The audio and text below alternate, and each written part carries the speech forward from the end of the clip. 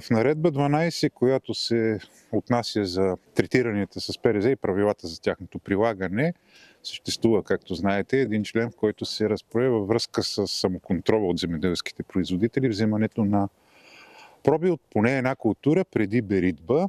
Предстои да се доразпише.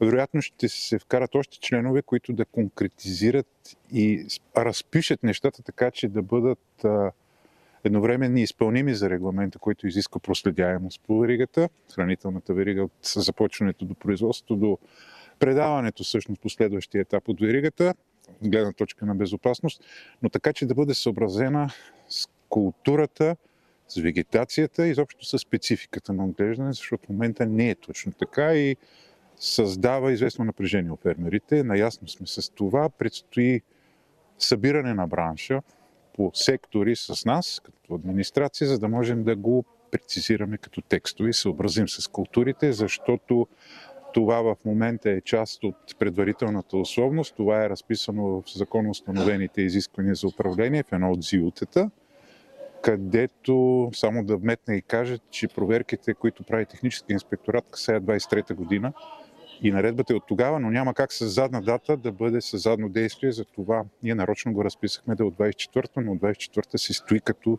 задължение у фермерите.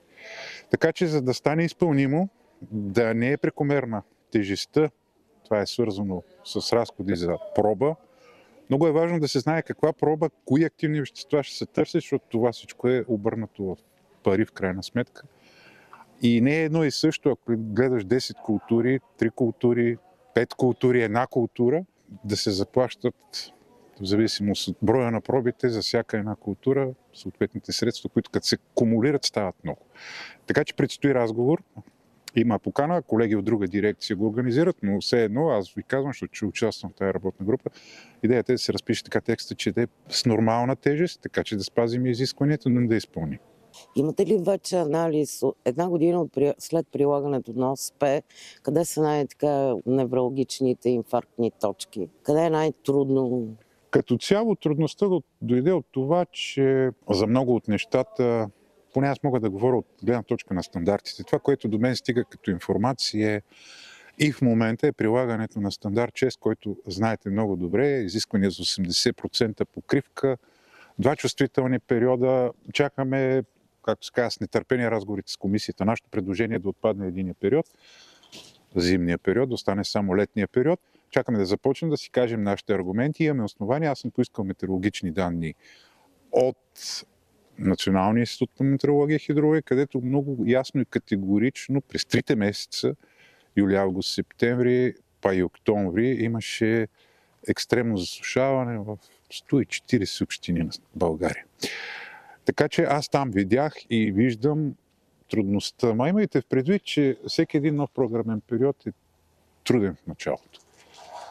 Така че аз тук видях една от съществените трудности. Прилагането на стандарт 6. Много други въпроси. Не е ясно кой, какво, защо, как зачертава, по коя екосхема.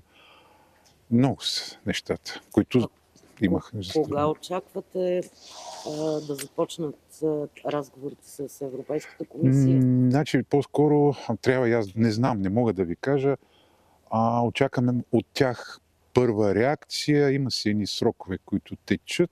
Мисля, че беше 3 месеца срок. Следва комуникация, разбиране за срещи и така.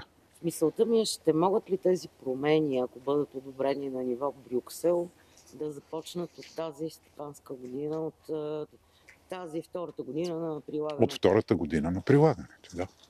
За сега е така, в момента са си така, в момента така си течат проверките на база на одобрение стратегически план, на база на заповедите за условността, на база на методиката за предварителната условност, така си се прилага до момента, в който няма промяна.